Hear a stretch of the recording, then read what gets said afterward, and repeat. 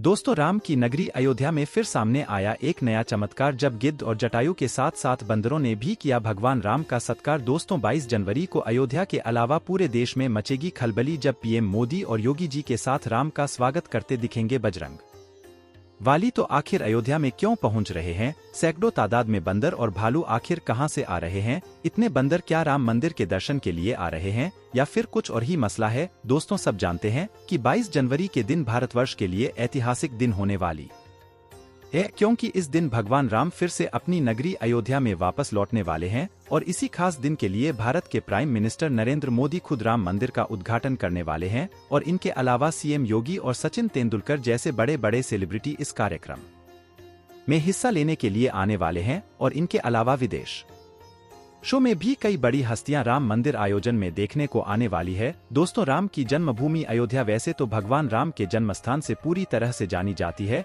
लेकिन उसी अयोध्या में जब आप आएंगे तो आपको अयोध्या के मठ, मंदिर और गलियों में बंदर जरूर देखने को मिलेंगे। इन्हीं बंदरों को अयोध्यावासी बजरंग बली का रूप भी मानते हैं और इसके साथ ही उन्हें पूजते भी है। लेकिन दोस्तों, इसी बीच फिलहाल में कुछ बंदरों का एक साथ राम मंदिर में आना किसी आश्चर्य से कम नहीं है। याद हो तो हाल ही में कुछ बंदरों के ग्रुप को अयोध्या राम मंदिर में देखा गया है। अब आप इसे चमत्कार कहिए या फिर कोई सहयोग, लेकिन कुछ लोगों का मानना है कि भगवान राम के लौटने की खुशी में बजरंग बली दर्शन के लिए खुद अयोध्या आए हैं। लेकिन क्या है इसकी पूरी सच्चाई जानेंगे आज के इस वीडियो में, और साथ है अयोध्या के राम मंदिर से जुड़े कुछ और दिलचस्प किस्सों के बारे में चर्चा करेंगे। तो बने रहिए वीडियो के अंत तक और कमेंट में जय श्री राम लिखना मत भूलिएगा। वीडियो में आगे बढ़े उससे पहले अगर आप एक सच्चे हिंदू हैं तो सब्सक्राइब करें इस चैनल को और बेल नोटिफिकेशन को बॉल पर लगाएं ताकि कोई भी वीडियो मिस न हो। दोस्तों, वैसे तो कलयुग में हनुमान जी को राजा माना जाता है और बंदर को हनुमान जी का स्वरूप। राम नगरी में प्राचीन काल से यह परंपरा चली आई है कि यहाँ कोई भी प्राणी भूखा नहीं सोना चाहिए, इसलिए जगह जगह भंडारे भी चलाए जाते हैं। तो वहीं इस रामनगरी में बंदरों का भी आदर सत्कार किया जाता है। बंदरों के लिए भोजन की व्यवस्थाएं अनेक जगहों पर होती है। बता दें कि श्री राम नगरी में बंदरों की वारदात कई इलाकों में है। दोस्तों, 22 जनवरी 2024 को अयोध्या नगरी में प्राण प्रतिष्ठा होने वाली और इसमें मुख्य रूप से 5 लोगों की भागीदारी रहेगी। खबर आ रही है कि इसमें प्रधानमंत्री मोदी जी, मुख्यमंत्री अमित शाह और आनंदी पटेल रहेंगी और साथ में धार्मिक मान्यताओं का पोषण करने वाले वैदिक गुरुओं को भी शामिल किया जाएगा। अध्याय इस वक्त विश्व का मानक बना हुआ है। अब इस वक्त वैश्विक स्तर पर लोग अयोध्या को देखने के लिए इंटरेस्टेड हो रहे हैं। आपकी जानकारी के लिए बता दें कि इस वक्त गिद्धों का विशाल समूह अयोध्या के मिल्कीपुर में पहुंच चुका है। जानकारी के मुताबिक दर्जनों बार गिद्धों का झुंड देखने को यहां मिल रहा है। भगवान राम अब महल में विराजमान होंगे। इसका स्वागत समारोह में जटायु सम्मिलित होकर अपनी सहभागिता सुनिश्चित करेंगे। दोस्तों, भगवान श्री राम के चाहने वालों की श्रद्धा इतनी ज्यादा है कि देश विदेश से भी श्रद्धालुओं का उमड़ना यहाँ शुरू हो गया है। अब कुछ दिनों बाद यहाँ रहा मलाला अपने भव्य मंदिर में विराजमान हो जाएंगे। इस अवसर पर गवाह बनने के लिए हर आदमी से लेकर खास आदमी तक अयोध्या पहुंचने की प्लानिंग में जुटा हुआ है। फिलहाल लोग यहाँ रेल, बस या फिर किसी भी माध्यम से पहुंच रहे हैं। वहीं कुछ लोग जल्दी से शुरू होने वाली मर्यादा पुरुषोत्तम भगवान राम है के जरिए इस भव्य राम मंदिर की प्रतिष्ठा समारोह में पहुंचने की तैयारी कर रहे हैं। यहाँ तक कि कुछ लोग तो अभी से भगवान राम के दर्शन के लिए पैदल यात्रा पर निकल चुके हैं।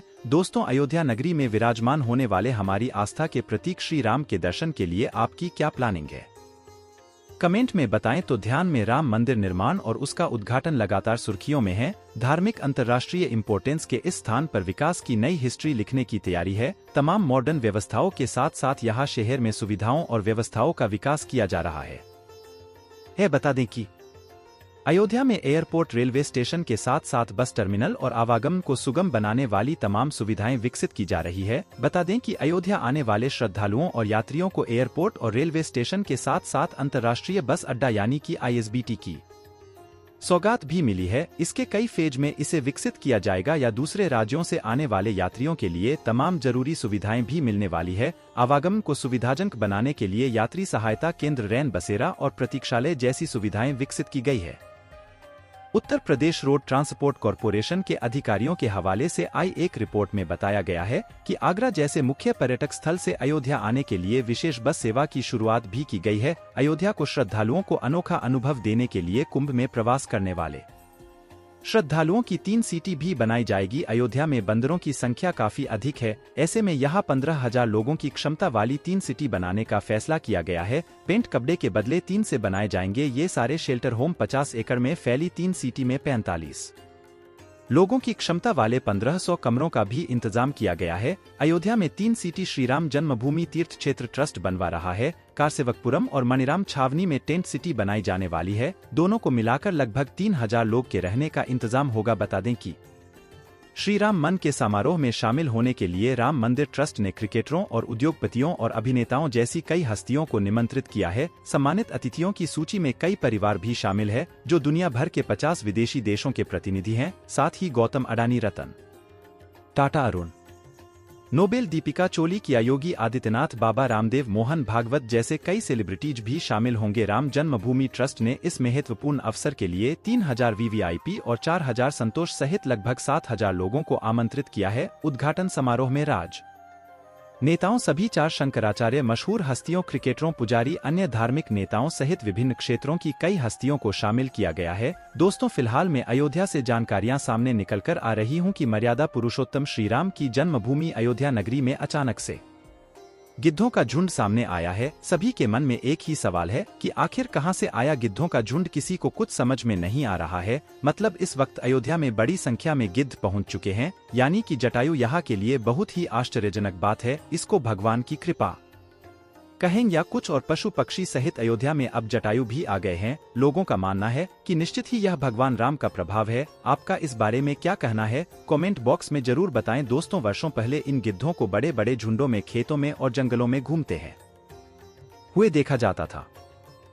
आजकल इनकी जातियां निरंतर विलुप्त होती जा रही है। अब फिर से आध्यात्मिक नगरी अयोध्या में इन गिद्धों को फिर से देखकर खुशी की अनुभूति हो रही है। लगता है आध्यात्मिक नगरी अयोध्या में दिव्य शक्तियां भी बराबर अपना काम कर रही है। दोस्तों, आपको बता दें कि भगवान श्री राम के परम भक्त श्री गिरिराज जताई रहे हैं। दोस्तों, भगवान श्री राम की नगरी अयोध्या के बारे में आपकी राय क्या है, कमेंट में बताएं। और इसी के साथ आशा करते हैं कि आपको आज की हमारी यह वीडियो जरूर पसंद आई होगी, इसलिए वीडियो को ज्यादा से ज्यादा लाइक और शेयर करें। और अगर अभी तक हमारे चैनल को सब्सक्राइब नहीं कर पाए हैं